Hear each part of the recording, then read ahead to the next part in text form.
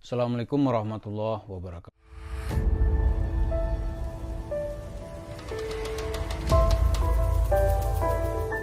Para pemirsa, kemarin kita sudah membahas tentang mansurmologi. Sekarang ya kita akan bahas lagi tentang sedekahmologi. Ya, mologi. Mansur mengatakan dia mulai mendapat duit banyak itu setelah dia mempunyai ilmu sedekah. Di ilmu sedekah, dia ceritakan kemana-mana, yaitu orang yang bersedekah ke Mansur, bersedekah 1 juta, itu bukan, misalnya uang seseorang itu, jemaahnya punya uang 10 juta, disedekahin 1 juta. Uangnya bukan berarti tinggal 9 juta, kata Yusuf Mansur. Uangnya itu menjadi 19 juta. Nah, dari mana? Itu yang 1 juta tadi itu dibalas oleh Allah 10 juta. Nah, tambah uangnya yang 9 juta menjadi 19 juta. Kalau disedekahkan 5 juta, uangnya bukan tinggal 5 juta, kata Yusuf Mansur. Tapi uangnya menjadi 55 juta. Dari mana? Yang 5 juta tadi itu menjadi 50 juta.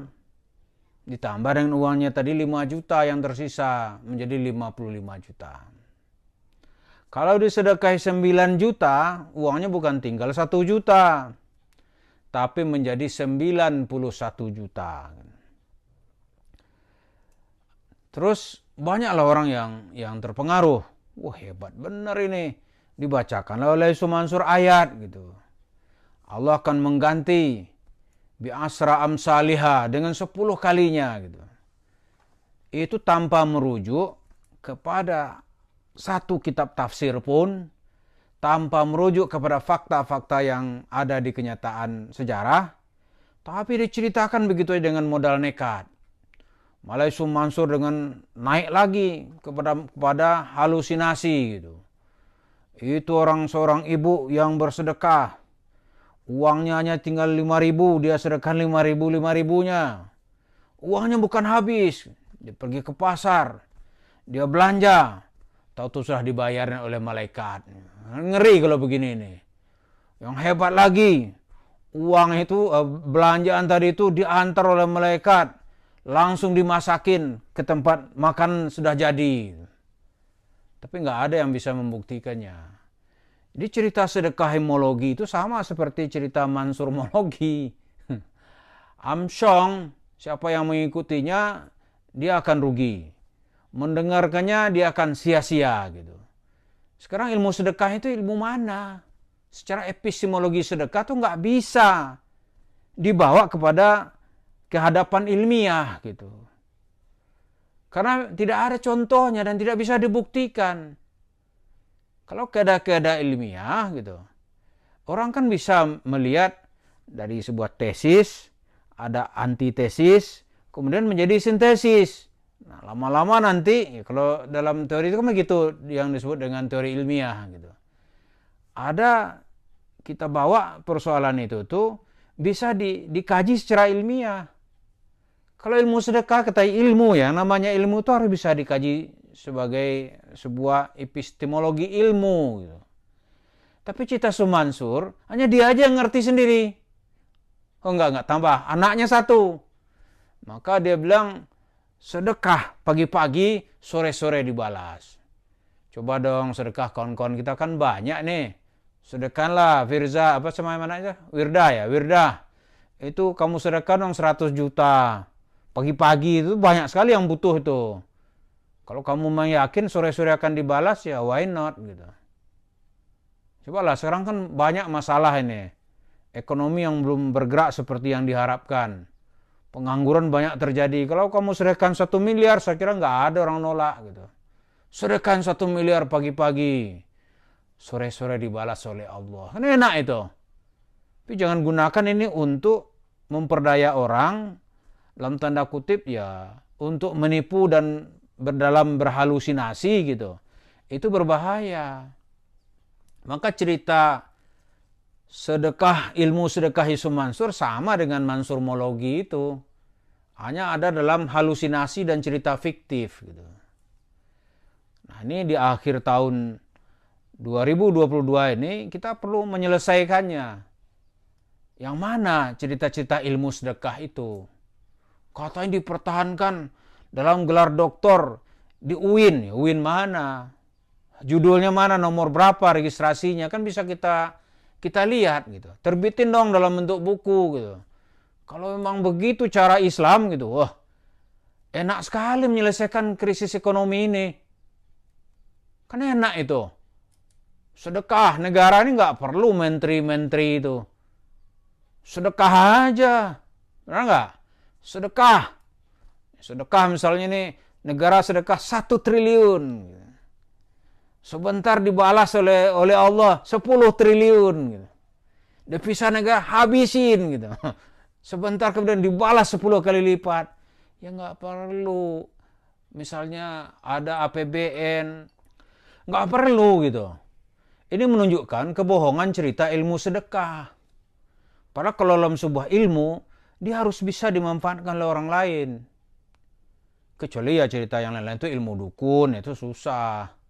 Tapi kalau ilmu ilmiah yang bersifat ilmiah, gitu, itu berguna buat orang. Cobalah Sumansur, katanya kan ilmu sedekah.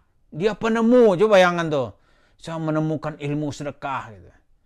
Kalau bagi orang, lihat ilmu sedekah yang mana? Yang mana? Wah, lalu Sumansur berhalusinasi, sedekahmologi gitu. Kalau bagi orang ya versusnya itu tipumologi. Dia ceritakan uang-uang sedekah, uang-uang bangsa ini, umat Islam. Dia akan beli nanti klub sepak bola. MU mau dibeli. Penceramah Ustadz Yusuf Mansur kembali menjadi buah bibir masyarakat. Pasalnya, Ustadz Yusuf Mansur mengaku ingin membeli klub bola ternama Manchester United.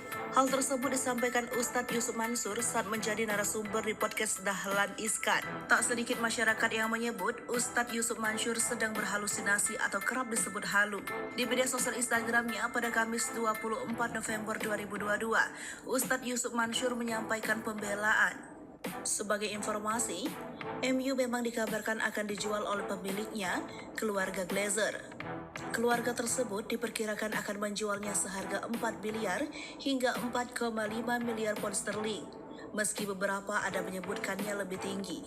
Ustadz Yusuf Mansur lalu berseloroh harga yang ditawarkan tersebut masih terbilang murah. Ustadz Yusuf Mansur menjelaskan masyarakat harus bisa membedakan antara impian dan halu. Ustadz Yusuf Mansur kemudian berpesan untuk tak takut bermimpi, pasalnya tak ada yang tidak mungkin bagi Allah Subhanahu wa Ta'ala. Manchester United akan dirubah menjadi Mansur United. Faktanya mana tuh MU mau dijual sekarang tuh. Setelah krisis dia dengan kasus dengan Ronaldo, pemiliknya mau jual. Coba belilah. Tapi kalau pakai uang sedekah gitu, pertama ya kita lihat ya, itu sama aja. Kita lihat orang mau seorang PSK mau kerja gitu, tapi dibacaan yasinan kan sama aja itu, nggak nyambung gitu. Sedekah itu digunakan untuk membantu orang-orang susah, bukan untuk membuat perusahaan, Pak Jam'an. Perusahaan itu Anda klaim-klaim punya umat, padahal punya pribadi. Walah, yang mana gitu. Jadi cerita-cerita sedekah, dapat ilmu sedekah. Wah, saya tuh, maka dia bisa meraup sedekah.